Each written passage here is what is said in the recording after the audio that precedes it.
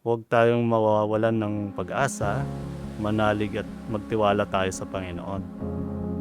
Pinahahalagahan at mahal niya tayo. Nandiyan siya handang magbigay ng grasya para sa ikabubuti natin. Believe, trust, and surrender to our God, Jesus Christ.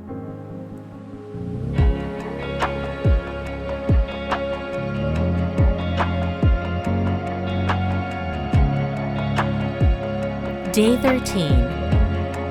Our gospel today is taken from Luke. "Why were you searching for me?" he asked. "Didn't you know I had to be in my Father's house?" But they did not understand what he was saying to them. Then he went down to Nazareth with them and was obedient to them. But his mother treasured all these things in her heart. Mula ng pagkabata ko, pakiramdam ko may mali na sa buhay ko. Paano?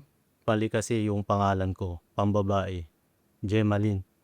Naging tampulan ako ng tukso noon. Nakaapekto sa pagkatao ko. Ang aga kong nalulong sa bisyo, alak, sigarilyo, droga. Pero bata pa lang ako, pangarap ko nang maging marine engineer. Ang kaso, ang hirap talaga ng buhay sa probinsya. Magsasaka ang mga magulang ko, kaya hindi nila ako kayang suportahan. Hanggang sa dumating yung opportunity nang umuwi ang tito ko galing Manila. Napansin niya ako at tinanong niya kung gusto ko bang maging sundalo. Kaya napadpad ako sa Manila. Sinamahan niya akong mag-apply sa Philippine Marines. Sa awa at grasya ng Panginoon ay pinalad akong matanggap. Maraming mga pagsubok at sakripisyo ang pinagdaanan ko sa pagsiserbisyo sa bayan bilang isang sundalo. Pero sa pagpapala at paggabay ng Panginoon ay nakapag-retired ako ng maayos sa serbisyo. Hindi ko naman naabot ang pangarap kong marine engineer. Niloob naman ng Panginoon na maka-retired ako bilang isang marine veteran. Isa sa mga karanasan ko bilang sundalo ay nung nadistino ako sa Cambodia noong 1993 bilang miyembro ng Philippine Marine Contingent sa United Nations Transitional Authority in Cambodia. Nabanggit ko na maaga akong nalulong sa bisyo at kahit sundalo na ako, hindi pa rin nawala yung bisyo na yon. Isang araw, naparami ang inom namin ng buddy ko at di namin namalayan, inabot na kami ng gabi sa teritoryo ng mga rebelde. Pinalibutan na kami. Buti na lang may mga babae roon sa lugar na tumulong sa amin para magtago. Pinatago kami sa nursery, sa kwarto ng mga sanggol. Pinahiga kami sa ilalim ng kama. Sa taas namin nilagay yung mga raming sanggol. Ninig ko ang pagdating ng mga rebelde. Sinisigawan ng mga tao doon. Pilit kaming hinahanap at galit na galit. Pakiramdam ko noon ay katapusan na namin kasi wala kaming kalaban-laban sa mga oras na iyon. Tinadyakan ng mga rebelde ang pinto ng aming pinagtataguan.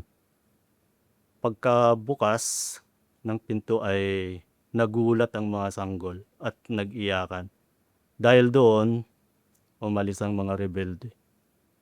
Naligtas kami at himala ang nangyari. Pakiramdam ko talagang nagpadala siya ng mga anghel para iligtas kami. Para mapalapit ako sa kanya. Wala talaga akong malalim na ugnayan sa Diyos noon. Noong bata pa ako, nagsisimba lang ako kapag may mga okasyon. Nagtuloy-tuloy lang na ganun. Napipilitan lang ako magsimba dahil duty, hindi dahil sa personal kong relationship kay Lord. Hanggang sa may kapitbahay kaming nagyaya sa misis ko na umattend sa The Feast, PICC. Doon ko lang napagtanto yung responsibilidad ko bilang ama na dapat ako yung nagdadala sa pamilya ko sa kabanalan. Gumagawa talaga ng paraan ng Panginoon para mapalapit ako sa Kanya. Kaya naisipan din namin ng asawa ko na mag-serve na rin. Naghahanap sila ng security noon, kaya sinubukan namin mag-serve sa security.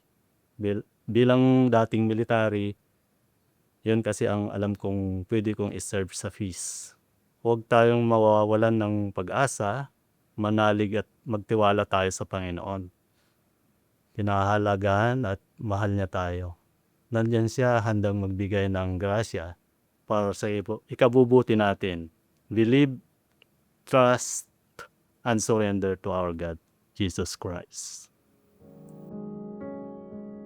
Father, when doubt, control, fear, and worry cloud our hearts, remind us that you are above worldly obstacles. We may not understand our current circumstances, but help us hold on to you, even in uncertainty. Amen.